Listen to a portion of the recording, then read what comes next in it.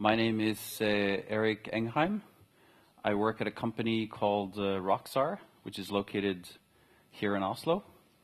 And I'm going to talk about Google Go, which is a programming language from Google. It started as one of these 20% projects that the employees of Google can have. And it was basically to try to deal with the problem that they do large-scale software development at Google. And while languages like Python that they use are quite easy to use, it doesn't have quite the same opportunities for optimizing performance. And they use C++, of course, which is a much more complex language to work with. So Go was, I think, intended as a kind of sweet spot between the two of them. So what I'm going to talk about here is not really a tutorial of the language, but more going through the kind of the design choices that was made in the language and the features and why that might make it an interesting language for you to explore in the future. So the two main topics that I want to focus on is software complexity and performance. So why did I choose these? Well, if you look online for introductions to Go, it's very common that they talk about concurrency, because this is really one of the main selling points for Go. They have very nice concurrency primitives that, for people that want to utilize all the cores in their CPU, Go is a nice language. But I wanted to do something different and something that's more relevant for me, because this wasn't the reason why I got interested in Go originally. It was because of at my company, we create a C++ desktop application for visualizing the subsurface. So I don't really work with web technologies, and concurrency isn't as important for what I do. But this is software that started back in the early 1990s, written in C++. So we have a very diverse team. We have physicists, geologists, mathematicians, computer scientists. So it's a very mixed kind of team, and so there's a lot of complexity in dealing with the software development. So I think that Go was an interesting programming language to look at how you could approach some of the problems that very often come up when you're working with a complex language like C++. As for performance, you can see I mentioned Moore's law here. So there's been a talk about the end of Moore's law over the last years. What that usually refers to is the fact that the clock frequency of the CPU hasn't really been going up. Instead, we've been adding extra cores to the CPU. And there's one way of that to dealing with that with Go, which is using the concurrency primitives. But there are many languages today that have added ways of dealing with that.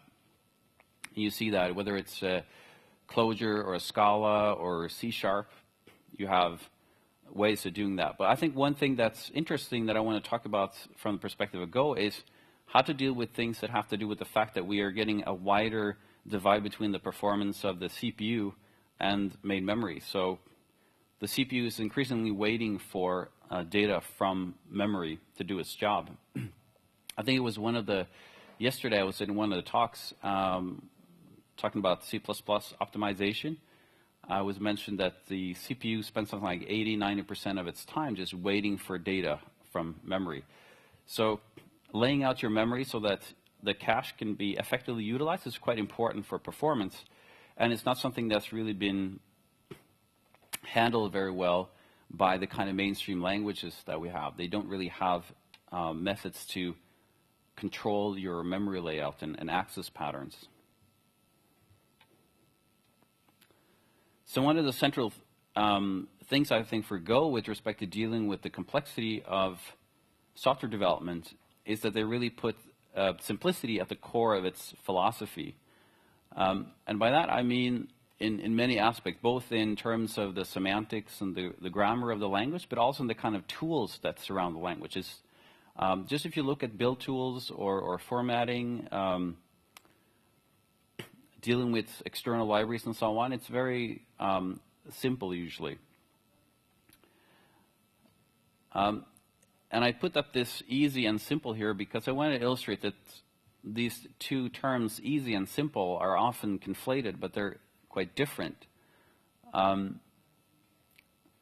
So if we use this analogy with a circle saw and a handheld saw, you could say that it's a lot easier to cut wood with the circle saw, but it's a lot more complex. You have to have an electric socket to get current to drive it. There's probably a motor in there that might break down and you have to service.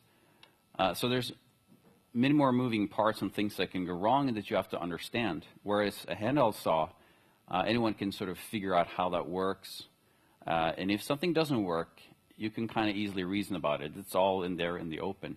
And I think it's a good analogy for what Go is like. It's not the most, if you're writing code, you're not going to get these sort of dense, very expressive things with Go that you would get from some of the other modern languages like Scala, which is very expressive, that allows you to do a lot in a few lines of code. The problem with a language like Scala, I think, is that it's a lot more complex. I remember one of the languages that I was trying to teach myself last was Haskell, which is, very expressive and powerful language, but it takes quite a long time to just understand the type system. Whereas the appeal, I think, for Go is that it's a language you can pick up in a couple of days and start doing things. So if you're dealing with large teams, and especially companies that have to hire lots of people from different backgrounds, you can get them up to speed with Go very quickly.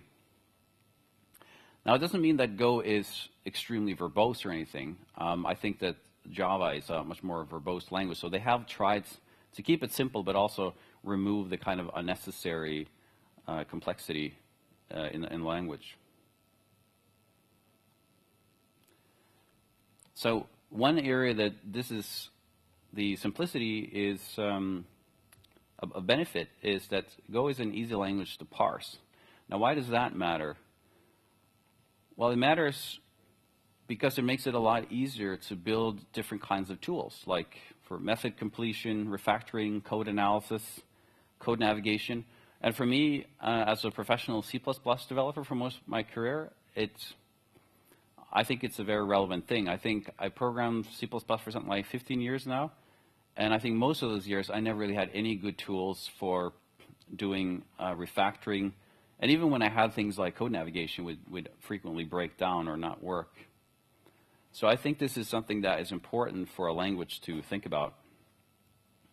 So just to illustrate this with a practical example, so this shows a definition of a function and a variable in C++. And if you look at this, if you imagine that you're a compiler and you're reading each token as you go, it's not until you get to the parentheses that you know that you can distinguish whether this is defining a variable or a function. And if I was going to write a regular expression to search for function definitions, it's not trivial, because just searching for something with the parentheses, that could be also a method call and not or a function call and not necessarily a function definition. If you contrast this with Go, it's a lot easier to read for both for us and for the computer, because the very first keyword that you see in a statement tells you what kind of statement it is. So you start a function with the func keyword, you start a variable definition with var, and you would, if I'm defining a type, I would start that with type, and so on. Now, they do try to keep Go syntax to look a lot like the sort of C++, Java kind of syntax that we're used to, curly braces, but they do change a little bit. You can see here they put the type information in the back, and it might seem like an unnecessary change to make, but I believe this makes a lot of things a bit easier from a reading perspective. So if we look at an example of a C structure, it's a little bit annoying in C. You have to write this struct in front here. So what typically C developers do to compensate for that is to use the type def. And the problem now is that you have the identifier you're creating comes at the end, where you get all this complexity first that you have to read before you can see the name of the point. In Go, because the type information comes at the end, you can see that first we start with type that says what kind of statement are we doing, and then you get the identifier immediately after, and then the complexity is put at the end. So the last line there, that's defining an instance of a point. And you can also do that with type inference. So you use this colon equals. So that deviates a little bit from this idea that you start with a keyword that identifies what it is. Another example, I think, which is, at least for C programming and C++, that shows the benefit of this way of placing the type information is with higher order functions. So I'm not sure how many know what a higher order function is? Yeah, so, okay, so it's not as known as I maybe thought it was. So basically the higher order function, it comes from functional programming, and it basically means it's a function that takes another function as an argument, or it could return other functions. So in C++, well, we have lambda syntax now, but back in the day, we would use function pointers. And if you look at this function area, it takes a function pointer as an argument.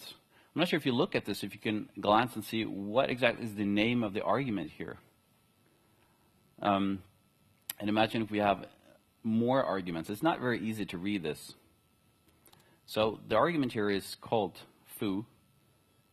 Now if you contrast this with Go, you can see that in Go the identifier always comes first and the type information last. So you can see that right away, even though you have this complexity of the function definition.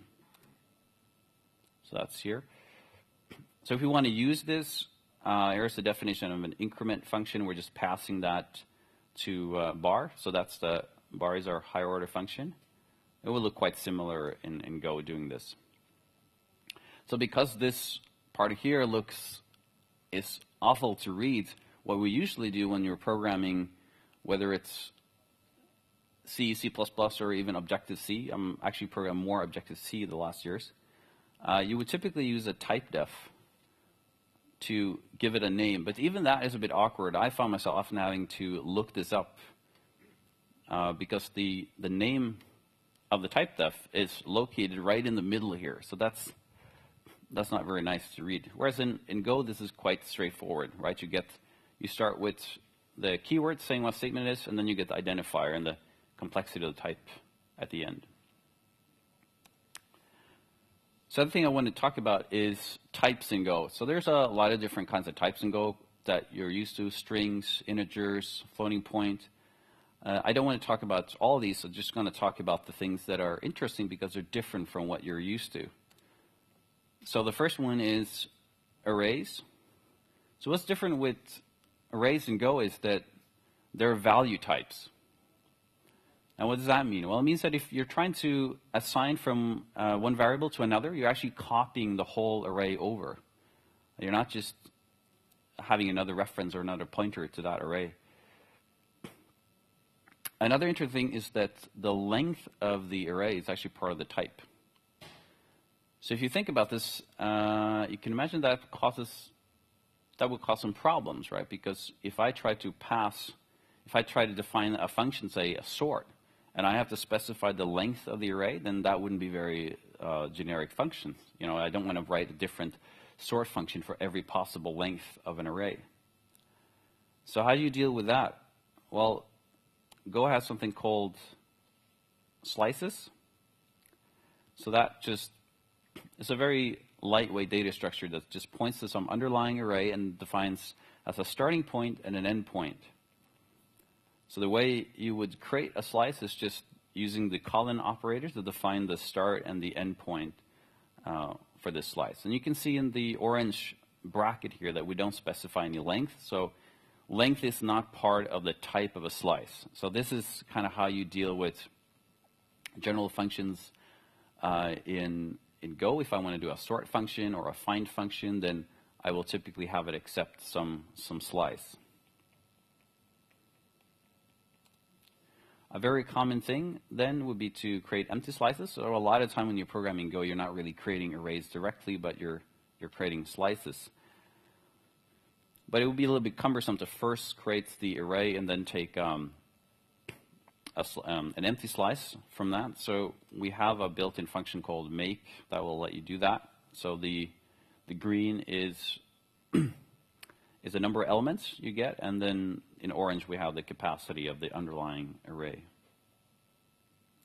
Now this might make you think that why should arrays be value types in the first place, and that the length should be part of the type? Well, there are advantages to it, so I'm going to try to show you that with this example. So imagine that we have one way of dealing with, say, array vectors that could represent, say, points in space or a velocity in one particular direction. You could do it like this with a structure, so it has an x and a y member. And then we could set the individual elements like this. We're creating a v vector and a u vector here in different ways. And well, we might want to be able to do operations like adding two vectors together.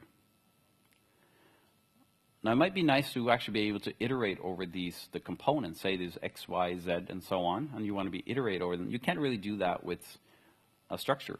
So there are some advantages to using an array for this. So then we would define the v and u like this. You see that the number of elements in the array comes before the element types. And then we want to be able to do the same thing as I showed you earlier. So this is how we would implement that. So now this will just be copied. You can see there's a simplification in Go where if the arguments have the same type, you don't have to put it on the back behind each, so that can save you some typing.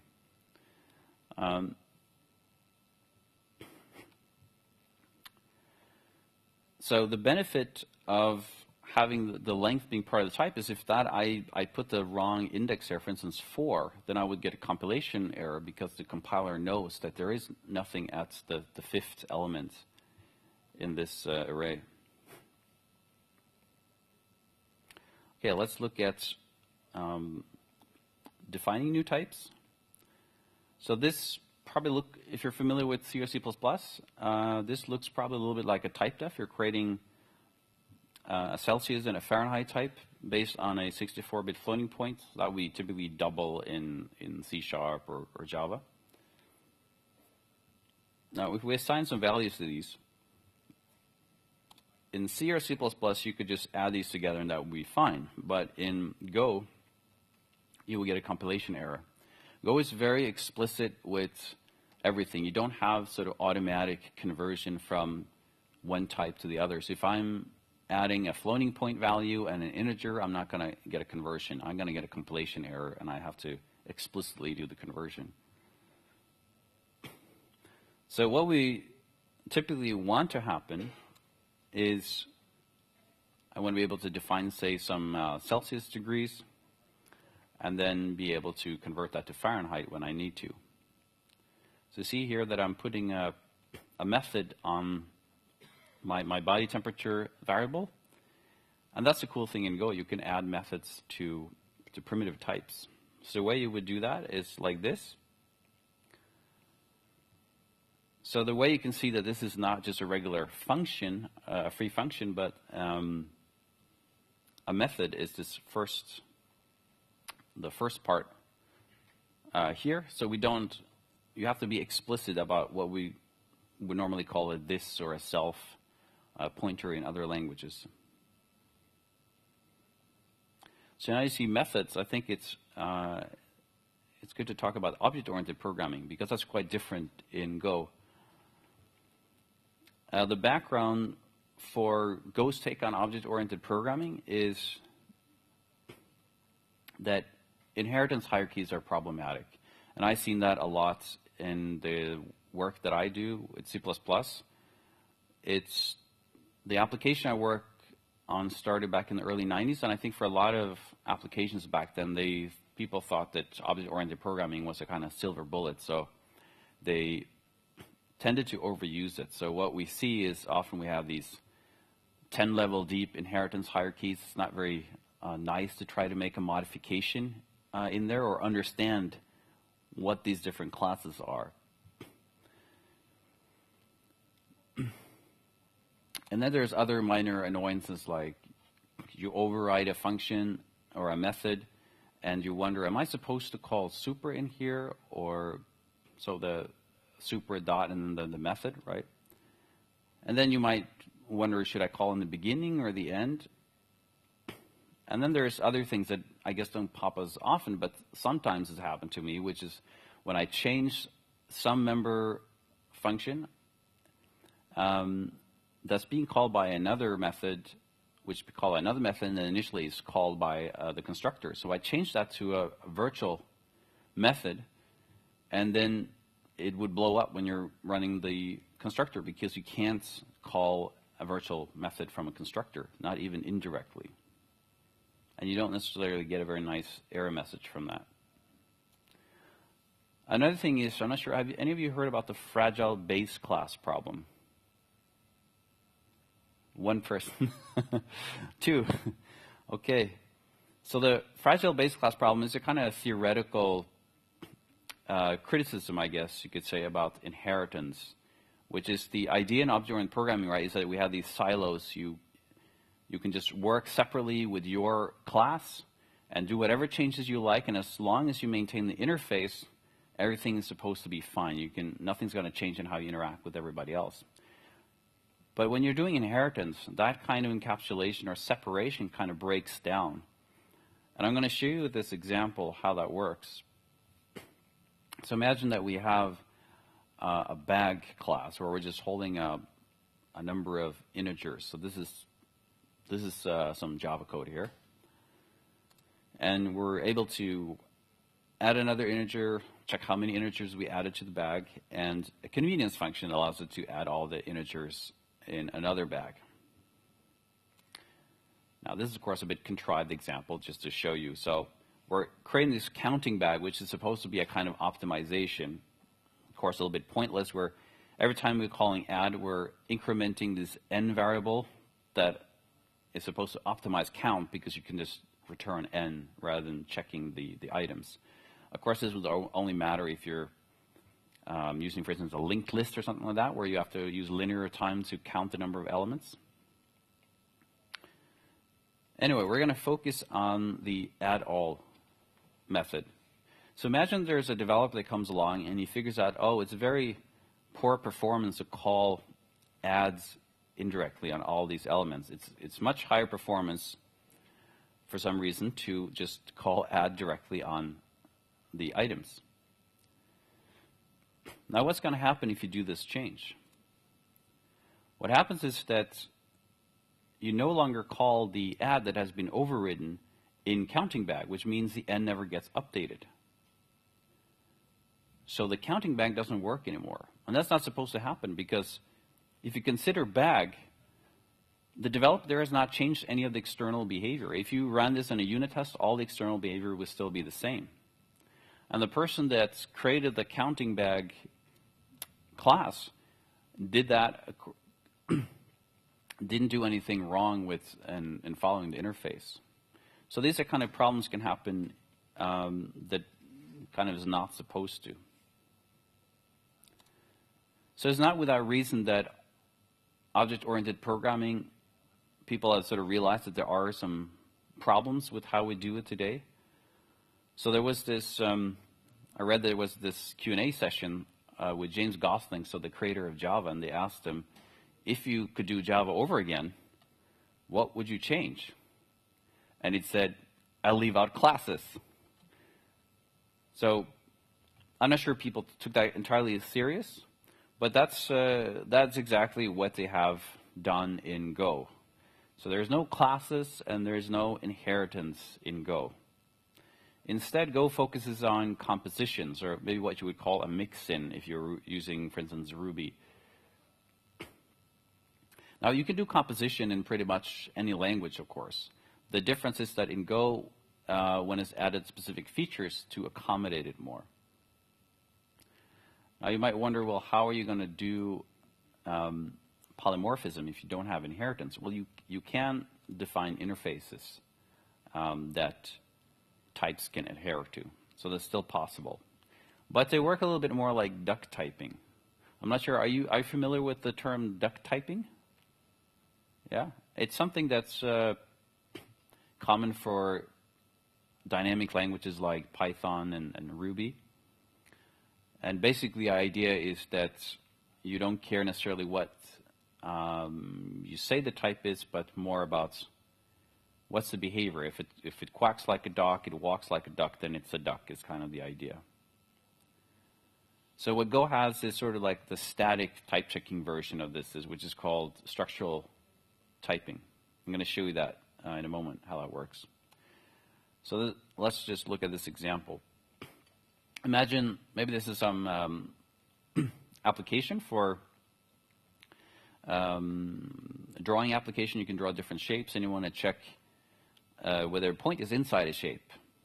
So depending on what shape you're checking, there's going to be a different algorithm for checking whether a point is inside a circle compared to a rectangle. So that's why we need some kind of polymorphism to deal with this, to pick the right algorithm at runtime. So what we basically want to model is some interface that I have here in yellow, a shape that you can ask, is this point inside the shape? And maybe some optimization opportunities, like checking for a bounding box so that you can quickly look through all the shapes. And in gray, we have some concrete cases, a circle, rectangle, might have a polygon and so on, that would implement concrete algorithms for checking inside on those particular shapes. So if you were doing this in, say, C#, we would probably do something like this: define an interface shape, and then we would inherit that and implement the inside and bounding box, and likewise for a circle. But let's look at what they would look like in Go. So again, we start with type in the beginning, and then instead of putting struct in the end, we're writing interface. So we have to list up the methods that have to be in this interface. So this is a definition of the rect structure. So you can notice one thing that I quite like about Go is that you don't put the methods inside the type. So I'm not sure if you think about it, what's the benefit of doing that? Well, the benefit is that you can put your methods in different files. So if instead of putting a lot of code in one file, you could spread it out. And if you look at this, you might notice, if you look at type, that there's something that's seemingly missing. And the same if you look at circle. You can see there's no mention of shape anywhere there. And that's what I talked about, the duck typing, or the structural typing, which is that in Go, you don't have to say that you're implementing an interface. It's enough that we have inside and bounding box, which is defined as interface. So if I had some function that took a shape as an argument and check whether a point is inside, then I could just create a rectangle, and I could pass that rectangle to this function mouse click, and Go would then encode, check if this, at compile time, check whether this type matches the interface defined on shape.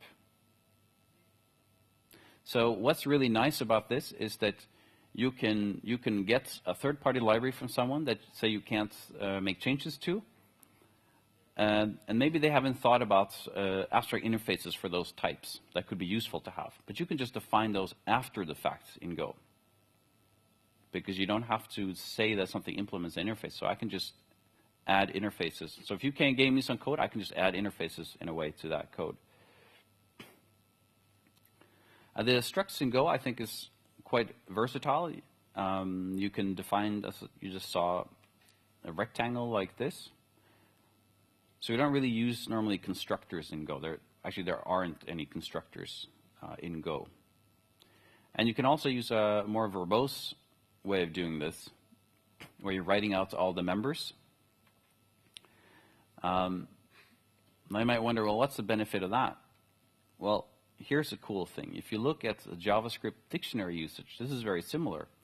So you can, just like in JavaScript, you can create some very complex structure with a lot of substructures in it, and we can initialize in very much the same way. And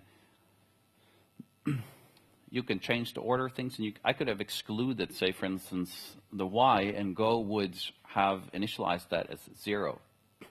So you get kind of the benefits of a dictionary in JavaScript, but it's statically typed, so I couldn't add elements that don't actually exist there.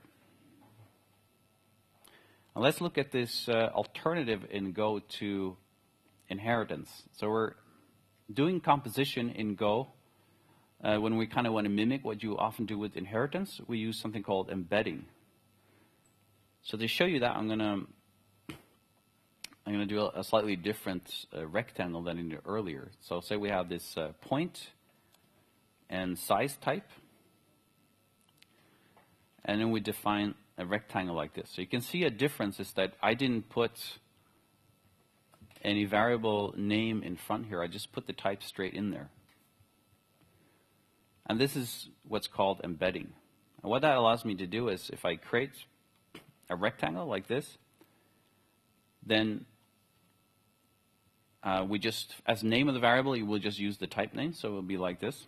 But the cool thing is that I can do like this. So basically the X and the width and all these, they become available at the top level. So it's kind of the same that you would do if I was, say, inheriting size and point in a rectangle. So let me show you how the bag example would work with embedding and why you won't get into the fragile base class problem. So we're defining the bag has a slice of integer items. And since Go doesn't have constructors, we have to just create a regular function. You can see that it returns a star bag. So if you're not used to C or C++ programming, that's returns a pointer to a bag object. So Go does have pointers, but it's not in the bad way, if you will, that it was in C++. You can't do pointer arithmetic, so you can't just point to arbitrary places in memory. And the ampersand symbol that you see in front here, that takes the address of the object. So that's what gives you a pointer. Yeah. So if you didn't have that star and the ampersand, would you then just return like a value type of the? Yeah, exactly. So imagine in this case we want to treat this as a kind of a reference type, I guess. Now, one interesting thing here is you wouldn't necessarily, like say with the rectangle, I didn't define any special function for doing this. But you can imagine if that you have a number of members in your struct that you have some invariants that you want to maintain so that you don't want people to just arbitrarily set values there. You want to have something that creates it.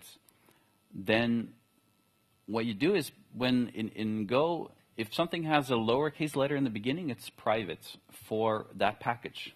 So it means if I use this from another package, I couldn't create an instance of it because it has elements which are private. So I would have to use a function that is public, so something that starts is capitalized, like new bag, to actually create it. So it's a kind of way you can also get the same benefits that a constructor has. And then we have add item. We're using a built-in function called append that allows us to increase the size of a slice. And there's a built-in function len that gives you the number of elements in a slice or in an array. And then we have this add all convenience function. So in Go we can write a regular for loop that you've probably seen in most of these C-like languages, but we can also use a kind of Python-ish thing where you set a range and that gives you each element in that successively. So let's say we create the counting bag. What we do is we embed a bag inside it. And then we do, I'm not sure what the exact terminology would be. I would call this is basically a shadowing of the add method. Because what happens because we're doing embedding, all the methods that exist on bag would be available at the top level, but you might want to change them. So we can do this kind of shadowing. It's not quite the same as overriding. So we call add on bag. You can see the first line there, and then we update the n, and then we have our counting bag or optimization. Now, if we look at the case where you do the optimization, the problem is that no one would ever do it that way in Go, because they would know that this add all here can never call counting bags add, because it's not an override. It's just shadowing. So the counting bag can't change anything in the behavior in the bag. So anyone who would implement this would also shadow the add all. So you never will put yourself in a situation where you can just randomly change something and break it.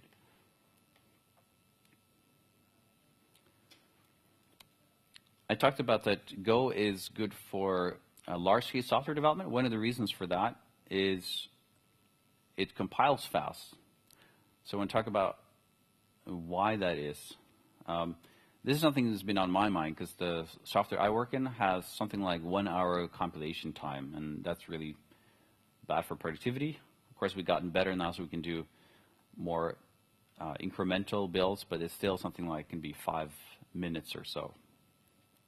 So Go has been designed specifically to run fast, and it seems like it's not necessarily always given with modern languages today to be that. From what I understand, Scala has ignored this, so it's actually quite slow. And I guess for a C++ developer's perspective, no one should ever forget that. Another thing I dislike with a lot of modern software developments, I've been an iOS developer for some years and also did some Android development. And one of the things I noticed there is just the build systems that goes both for C++, but also on the Java side of things, can be very complex. I thought when I looked at the Java, I thought, am I actually an XML programmer? It's quite a lot of XML that you have to deal with. Go is pretty neat in that you actually have no configuration files. Go just fetches your dependencies and builds. So you might wonder, well, how is that possible? What they went done is that they thought about it in the language itself. So when you write in the source code import, you write actually where it's located on the internet. So because it's built in a time where people were used to having code on GitHub, Bitbucket, and so on. So you can just write the location in your source code to refer directly to a repository. Now that gives, of course, a problem with dealing with versioning. So one of the ways that they deal with that is kind of like, I guess, with REST APIs, you put in the URL. So you put, say, a v1 here to refer to version 1. Now, I know this isn't a perfect solution. I haven't built big enough systems in Go to really encounter this as a problem for me, but I know that it's something that some people complain a bit about. So when you want to build a Go project, you just write go get, and that will pull down, it will look through the source code and pull down all the dependencies, and then you just write go build, and you're done. So you no make files or ant or whatever to do this. Another important thing for being able to build fast is dependency analysis. So in Go, if we imagine C here is a package in Go, so that a package could be a number of files that have in the beginning you write a package name. If we compile this, we would get a bunch of code in the binary file, and then in the header you would have the exported types, foo and bar. Because they are capitalized, they are public, so they're going to be exported. Now imagine that B depends on this. So we have a new type, spam, that's using the foo and the bar type. If we compile this, it's only going to export spam and bar.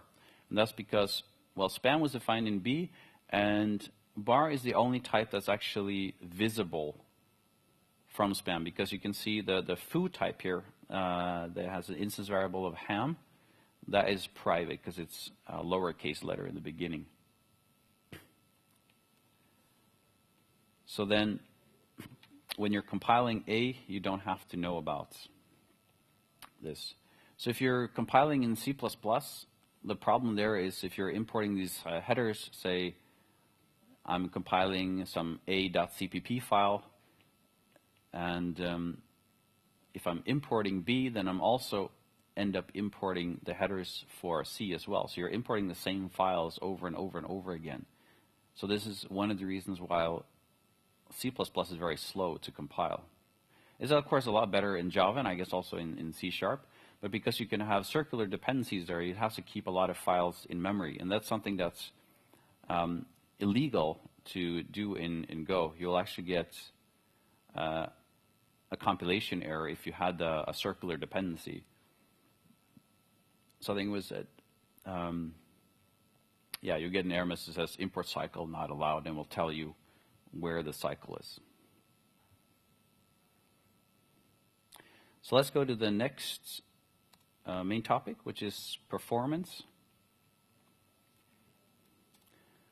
So I want to start with saying why memory layout matters. There was a project, I'm not sure if that's still around, but it's called JGit, which is implementing Git in Java.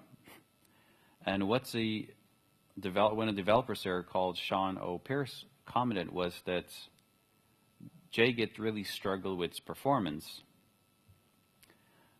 because it didn't have an efficient way of representing the SHA-1 hash values. These were just structs in C that contain an 20-byte character array.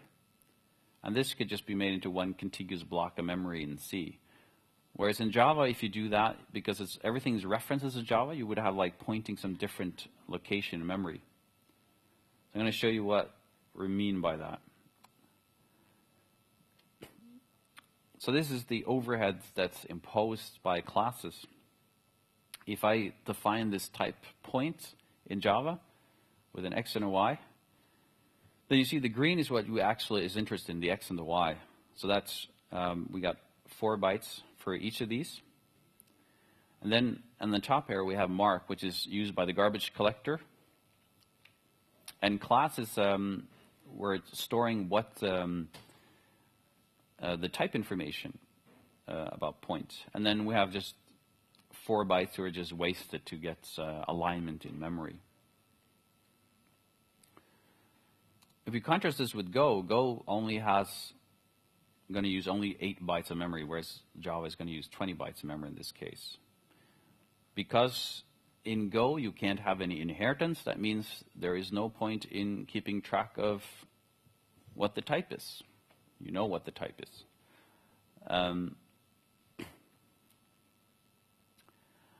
And yeah, this gets worse if you get more complex structures. So if I define a rectangle that contains 2 points, you will end up with this situation in Java. So you're getting these here 3 times over. Whereas in Go, you will just get one contiguous block of memory. And this gets even worse if you're looking at arrays. So if we have an array of three elements here, 3 points, and then each one will just point to different places in memory, right? So it's going to be spread out. Whereas in Go, if you create 3 points, it's just going to be a contiguous memory like that. Now, why does that matter? Well, we can look at what happens with the CPU and the cache if we're having fragmented memory. So on the top here, we got 5 elements that we want to read. And then I just simplify this a little bit like a toy cache. We have these various slots in the cache. And I'm not sure if you know how the CPU works, but when you're reading an individual byte of memory, you want to get a byte, you never actually read just the 1 byte. You're always reading a whole cache line, and that can be something like 64 bytes at a time, and that's what goes into one of the slots in the cache. So if we're trying to read these 5 elements, and then we get 1 cache miss to get these first 2 elements, and another cache miss to get the 3rd one, and then we'll continue like this to so we get 3 cache misses. Sorry, you get 4 cache misses. Whereas when we got contiguous memory, we get 1 and 2 cache misses. Now this matters a lot because memory is so slow that in the period we would get a cache miss, we could execute something like 1,000 instructions. So there's not much point in optimizing your algorithms or multi-core or whatever if your memory access pattern is awful. It's going to be slow anyway. So just in short, really what this means is that data should be aligned with the cache lines, because if it's not aligned, right, you would have to read two cache lines. And you should avoid getting fragmented memory. And I didn't really touch upon that, but generally speaking, you should have memory that's used together. It should be, or data that's used together should be close in memory. So, for instance, if I have a rectangle, you don't want the point defining the lower corner in some area of memory and the one in the upper corner in another memory, because you're typically going to use both of these at the same time. Now you see that you could embed stuff in Go, so you might wonder, and I saw that I had a pointer, so you might wonder, well, why do we need pointers at all? If it's so great to just create these contiguous blocks of memory. So the obvious need is for recursive data structures like a tree or a linked list. So the way we would define these in Go is like this. We have the value, and then we have left and right, and then we put the star there that indicates that this is a pointer. And likewise with the linked list. So this is how pointers work. The star is used for what we call dereferencing. So we use it both to indicate something is a pointer, but when we're using it in code, we are using it for something called dereferencing. And the ampersand is used for taking the address of an object. So let's just look at how that works.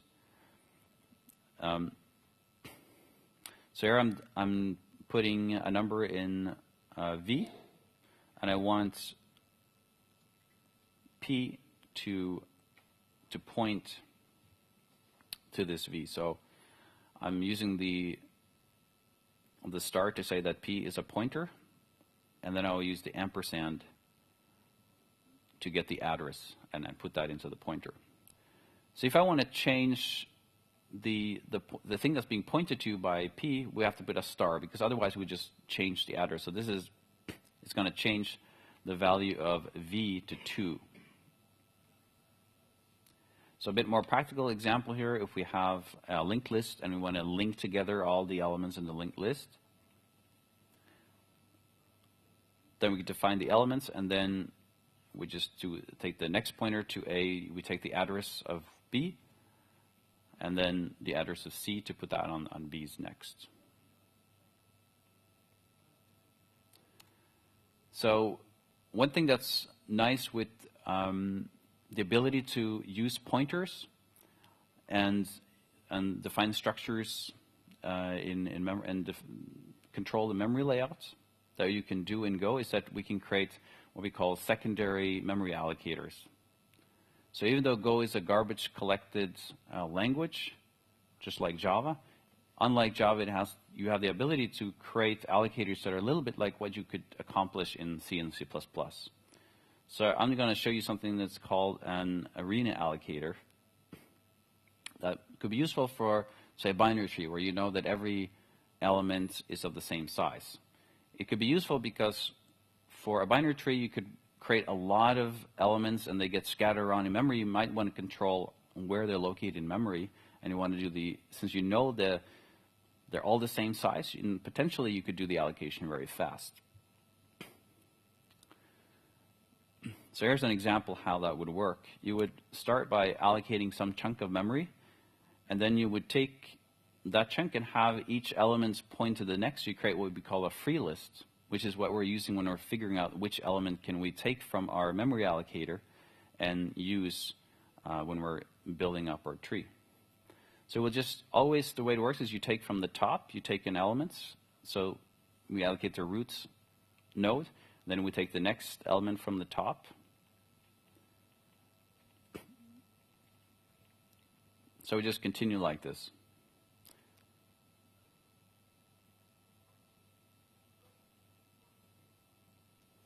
Now we used up all the memory, so then the arena allocator would have to get a new chunk of memory. Now we can start, and we have to create the new free list, and then we can start pulling off that free list. Now you might want to wonder what happens if we remove an element. So say we remove the 3. Well, then that will go back into the free list again. So on next allocation, that will be the one that's pulled off. So the way we would implement this, we start with this function definition. I define here some values to initialize a node. And then, so this says the arena that we're allocating from, and then we're getting a tree node returned. Define here how the type looks. So we have the head, which defines the head of our free list. So when we go into this function, the first thing we check is the head empty? Is it nil? If it's empty, well, we have to allocate a chunk of memory. I said, so I'm using make to create a slice with an array of 3 elements. And then we iterate through this array and set the next pointers. So we get our free list. So you can see, there you see the ampersand, so I get the address of this one becomes is set on the left. And then when we're done with that, we set the first node to be the head node. So regardless whether whether header is nil or not, the next thing you would do is you would just take the element from the top, right, from the top of the free list, and then you would set this head to point to the next number 2 here. That's what we're doing there. And then finally, we would initialize our node. So let me summarize what we've gone through. The whole idea of Go is we're choosing simple over easy. So we're not necessarily making the most compact expressive language, but we're trying to make it very explicit and simple to use so people can learn it quickly, and you don't have a lot of gotchas or magic that can trip you over. I really noticed this. I was on a Ruby on Rails project, and I knew from before that it's really fun to write Ruby on Rails. It's so fast to write Ruby code, but I noticed I hadn't tried being on the other side and jumping into a project, and I noticed that all this magic going on in Ruby was pretty awful for reading the code. And that really made me appreciate that in Go, it's very explicit. So the Go standard library, I think, is some of the easiest code that I encountered to just read through. So even though when I did iOS development and I wanted to find out how, for instance, something HTTP protocol worked, I would typically prefer to look at the Go code actually in the standard library to see how it worked, because I thought that was easy to read. And another thing is that a language like Java has a lot more efficient garbage collector than Go. So they kind of just chosen a sort of middle ground between manual memory management and garbage collection, where they have a less efficient garbage collector, but they give you a lot more ability to control your memory access patterns and potentially make your own secondary allocators. Okay, so do any of you have any questions? I'm not sure if are there anything you want to revisit that wasn't clear about how Go works? Yeah? I have a question. How painful is it to work in this when you don't have generics? What's your experience with that? Yeah, so my experience is it's something that's typically brought up by people who don't program Go. It's a very common complaint about Go. And I think that it definitely is a minus I mean, I think generics is quite nice to have often. But I don't think it's nearly as bad as people make it out to, because I think you will see that when you use Go, that the way the language works makes it much less of a problem. There are some example code that people show how you can create kind of generic things, and the language features make it a little bit easier to avoid the same amount of boilerplate that I would get, say, if I was doing the same thing in a C programming language, for instance. So although it sounds like it's going to be a lot of repetitive coding and annoying, I must say that in a lot of ways I found Go programming more fun than, say, Swift coding, which I quite like Swift, but even though Swift has all those features that Go was supposed to have, kind of, it doesn't have nil pointers, has generics, a lot of much more kind of meta programming. It also feels a lot more constrained and strict. Go is very, very pragmatic language, I think. Yeah. Any other questions? Is there anything you want me to revisit? That These import directives, you import from a specific URL. Does it mean you always refer to the last version of every library? Yeah, so that could be one issue. So as I showed, see if I can go back to.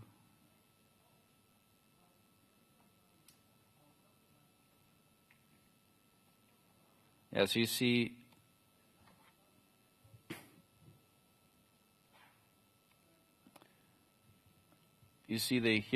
one way is just creating, I guess, a different repository and just put the version number there in a way. So you just have that maintain that at a different version. I know that it's something people complain about in Go, but it's possible to do it. Yeah. Can you download the local version of a repository and use it to build the program? To download one specific version? Yes. Yeah, you could set up everything kind of manual. I mean, there's nothing really that prevents you from, say, creating a make file and just specify where you should get everything.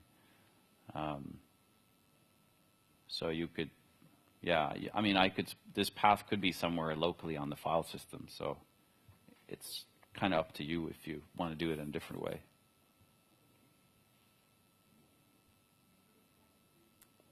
Yeah? Is there anything built in the Go that makes it easier to schedule multiple cores when you're running your program? Like, for instance, let's see, do we have any internal scheduler to be able to utilize the cores better in Go? So this is kind of outside of my area expertise. I think that maybe when I think if I remember correctly, when you're building, you might specify some information about that in flags. But I know, for instance, if I compare it to Objective-C or iOS development, where you can rely more on some scheduling in the kernel, I don't believe you can do anything like that in Go. But yeah, you would have to look that up. It's not really something I know that much about.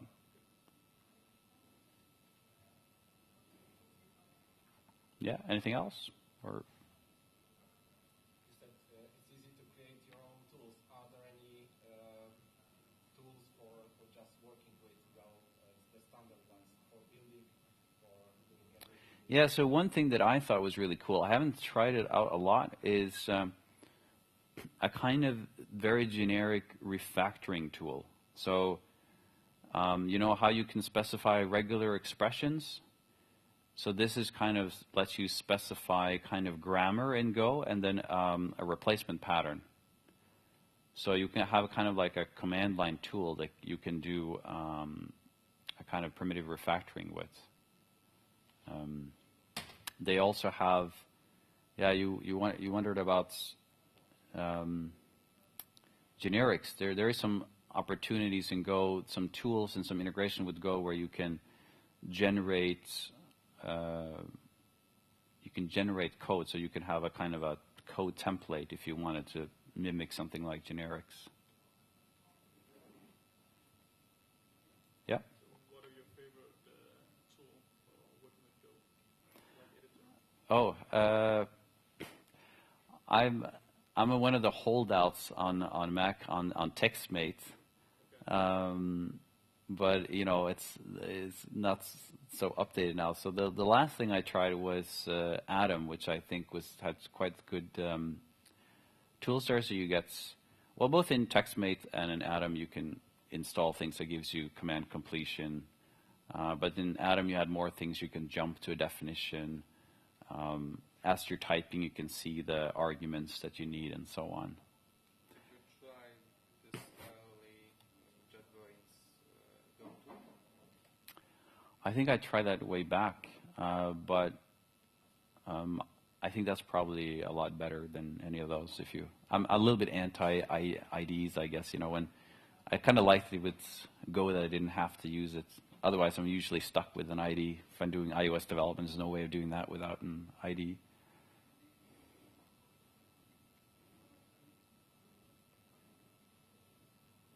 Yeah. Anybody else?